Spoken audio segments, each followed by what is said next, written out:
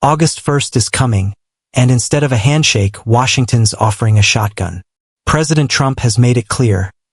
Canada either signs a new deal he likes, or faces a 35% tariff on everything. This isn't negotiation, it's coercion in a three-piece suit. USMCA still exists, but Trump's threats and tariffs tell another story. Canada's response? Silence.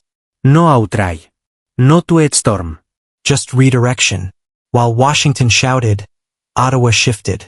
They didn't beg for mercy, they rerouted trade. Under USMCA, over 90% of Canadian exports are duty-free if they follow the rules. But that didn't stop Trump from reaching for Section 232, a Cold War-era law, to slap up to 50% tariffs on Canadian steel, aluminum, copper, and auto parts. Canada didn't see this as a mistake. They saw it as betrayal. And now, with August 1st looming, Trump's threatening again. Tariffs on everything unless he gets a better deal.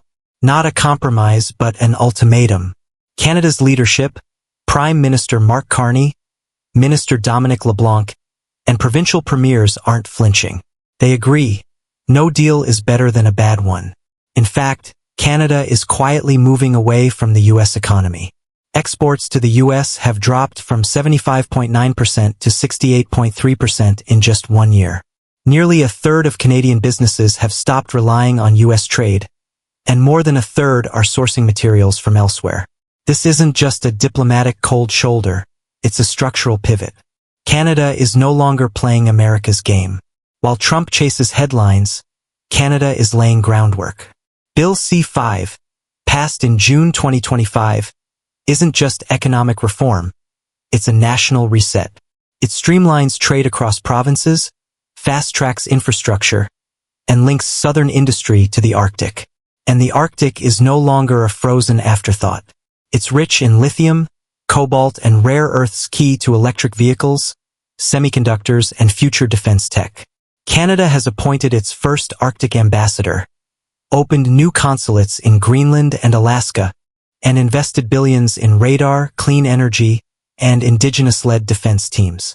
While the U.S. depends on China for over 70% of its rare earth imports, Canada is building sovereign supply chains, with indigenous communities as partners, not footnotes. Their message? No respect, no access. And it's not just trade. While Trump struck flashy deals with Japan and the UK in July, Canada, America's largest trading partner, wasn't even invited.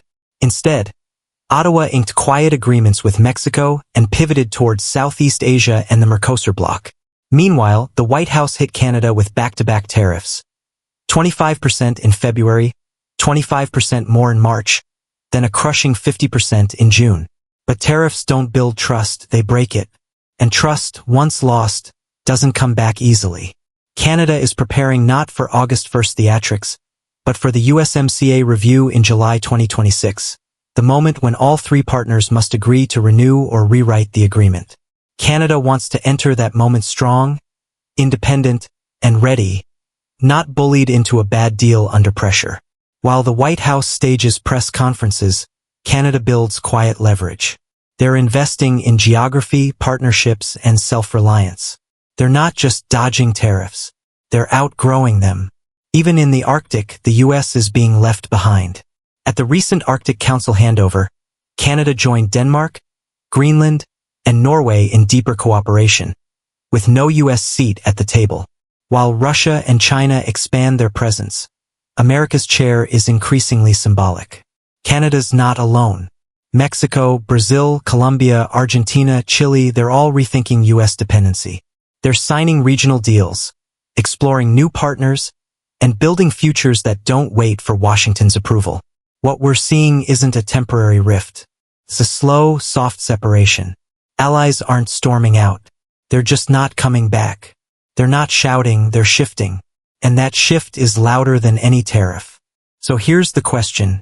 Are we still leading the global table, or flipping it when we feel cornered? Are we building alliances, or just burning through them for applause? Because you can pressure countries into paying more, but you can't bully them into believing again. And when Canada turns away, it's not just a shipment lost. It's a warning. The handshake meant something.